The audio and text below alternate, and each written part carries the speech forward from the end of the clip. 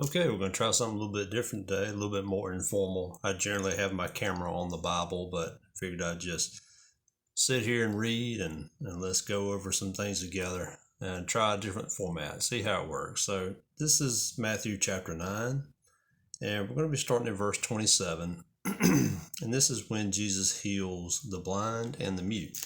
Let's begin. After Jesus left the girl's home, the two men followed behind them, shouting, "Son of David, have mercy on us." Then they went into the house where he was staying, and Jesus asked them, "Do you believe I can make you see?" "Yes, Lord," they told him, "we do."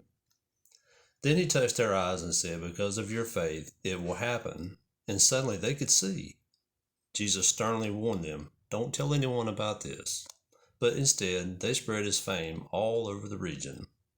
Now let's read a little bit of commentary before we move on to the next section. So, Jesus was referred to as Son of David. And Son of David was a popular way of addressing Jesus as the Messiah because it was known that the Messiah would be a descendant of David. And you can find that in the book of Isaiah, chapter 9. This is the first time the title is used in Matthew.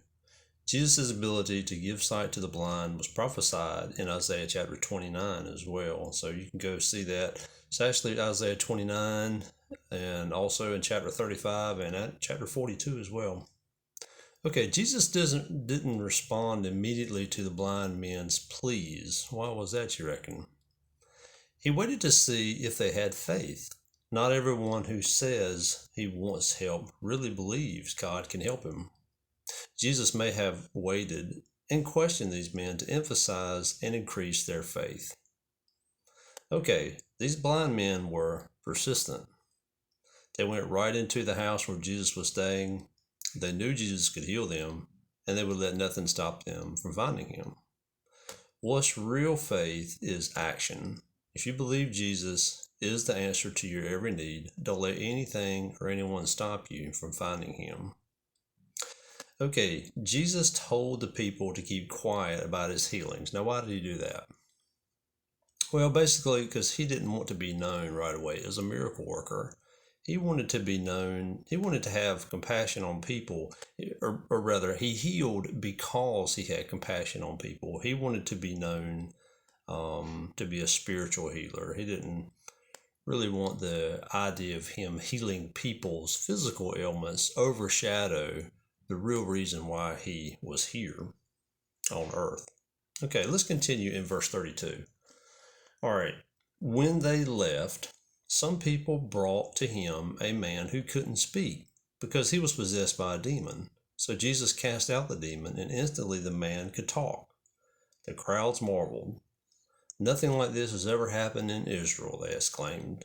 But the Pharisees said, "He can cast out demons because he is empowered by the prince of demons." All right, let's read a little commentary on that. Okay. While Jesus was on earth, demonic forces seemed especially active.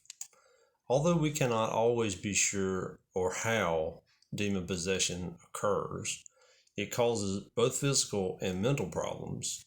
In this case, the demon made the man unable to talk. Okay. In chapter 9, the Pharisees accused Jesus of 4 different sins: blasphemy, befriending outcasts, impiety, and serving Satan. Matthew shows how Jesus was rejected by all those who really should accept him with open arms. Why did the Pharisees do this, you reckon? Number one, I'm not talking to you. That's my kitty cat. Number one, Jesus bypassed their religious authority. Number two, he weakened their control over the people. Number three, he challenged their cherished beliefs. And number four, he exposed their sincere motives. While the Pharisees questioned, debated, and dissected Jesus, people were being healed and lives changed right in front of them. Their skepticism was based not only on insufficient evidence, but on jealousy of Jesus' popularity. And that's when Jesus healed the blind and the mute. God bless you today.